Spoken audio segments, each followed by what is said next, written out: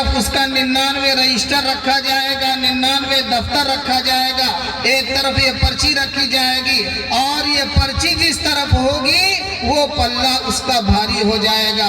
محدثین نے فرمایا کہ کل قیامت کے دن ہمارے نامہ اعمال تولے جائیں گے، جس میں ہمارے اعمال لکھے جاتے ہیں اس کو تولا جائے گا۔ لیکن جمہور محدثین مفسرین کی رائے یہی ہے کہ ہمارے اعمال ہی تولے جائیں گے، ہمارے اقوال ہی کل قیامت کے دن تولے جائیں گے۔ تو ہم اس دنیا میں جو بھی کریں، اس دنیا میں جو بھی بولیں، سوچ سمجھ کر کے بولیں، اللہ کی رضا کے لیے، اللہ کی خوشنودی کو سامنے رکھتے ہوئے ہم ہر عمل کریں۔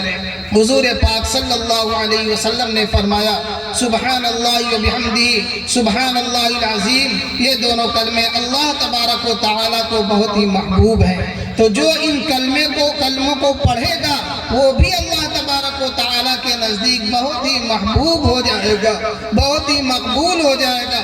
حضور پاک صلی اللہ علیہ وسلم نے ارشاد فرمایا من قال سبحان اللہ و بحمدہ فی یوم 100 مرۃ حطت خطایاہ وَإِن كَانَ مِثْلَ زَبَدِ الْبَحْرِ۔ آپ علیہ السلام فرماتے ہیں کہ جو شخص سبحان اللہ و بحمدہ دن میں 100 مرتبہ پڑھ لے، اللہ تبارک و تعالی اس کے گناہوں کو معاف فرما دیں گے، اگرچہ وہ سمندر کی جھاگ کے برابر ہو۔ تو ہم اس کلمے کو اپنی زندگی کا معمول بنائیں، اپنی زندگی میں داخل کریں۔ کسی ایک نماز کے بعد ہم اس تسبیح کو پڑھنے کا اہتمام کریں، اللہ تبارک و تعالی اس کی برکت سے ہمیں اپنی محبت نصیب فرمائے گا۔ یہ دونوں کلمے پڑھنے والے اللہ تبارک و تعالیٰ کے نزدیک مقبول اور محبوب بندے ہو جاتے ہیں۔ باتیں تو بہت سی ہیں، بس اتنی ہی بات پر میں اپنی بات ختم کرتا ہوں۔ عنوان بھی کئی ایک ہے، ایک عنوان ہے اصلاح معاشرہ کا۔ اصلاح معاشرہ کیسے ہوگا؟ تو معاشرہ بنتا کیسے ہے؟ ایک ایک آدمی سے معاشرہ بنتا ہے، اور ایک ایک آدمی کی غلطیوں سے، ایک ایک آدمی کی برائی سے معاشرہ برا ہو جاتا ہے، اور ایک ایک آدمی کی اچھائی سے، ایک ایک آدمی کی خوبی سے وہ معاشرہ اچھا ہو جاتا ہے۔ معاشرہ ایسی چیز نہیں ہے کہ آسمان سے بارش ہو اور پوری زمین بھیگ جائے، نہیں، ہر آدمی کو کوشش کرنا پڑے گا معاشرے کی اصلاح کے لیے۔ ہر آدمی کو اپنے طور پر آگے آنا ہوگا، اپنے طور پر آگے بڑھنا ہوگا۔ ترتیب یہ ہے کہ پہلے ہر آدمی اپنی فکر کرے، اپنے بارے میں سوچے، اپنے گھر والوں کے بارے میں سوچے، ان کی اصلاح کی فکر کرے۔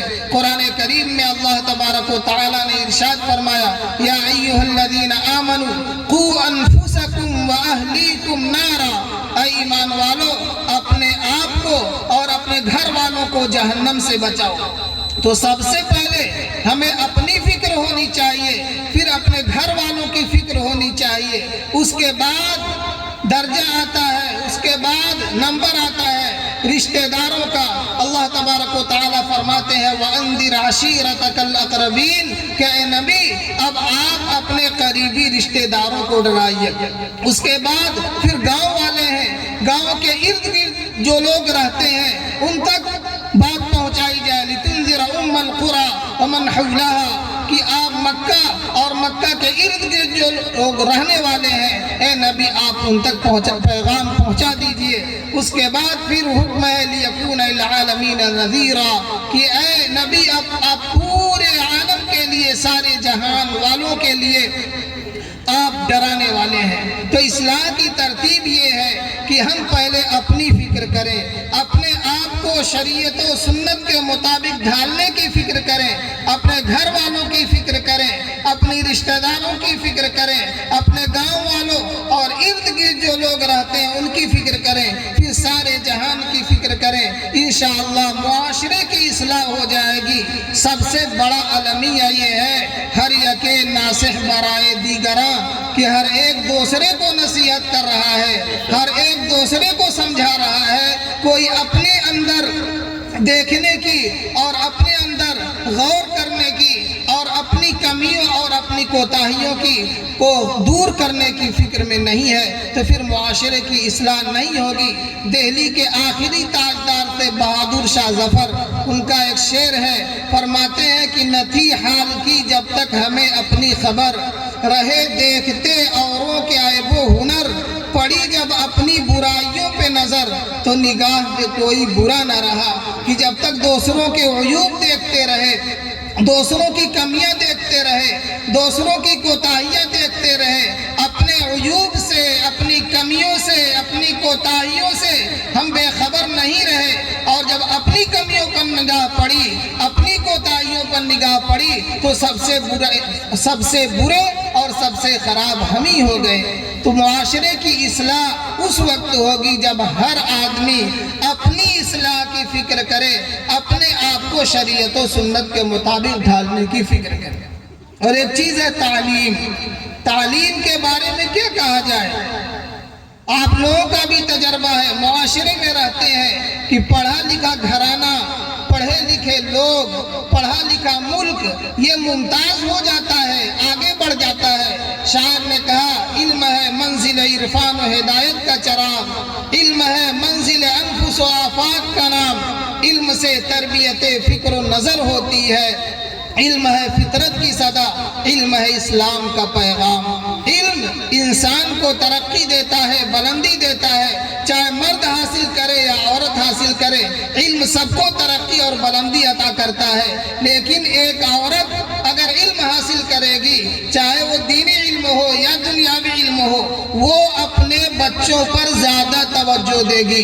ایک باپ اپنے بچے کو اتنا وقت نہیں دے پاتا جتنا وقت ایک عورت اپنے بچے کو دیتی ہے۔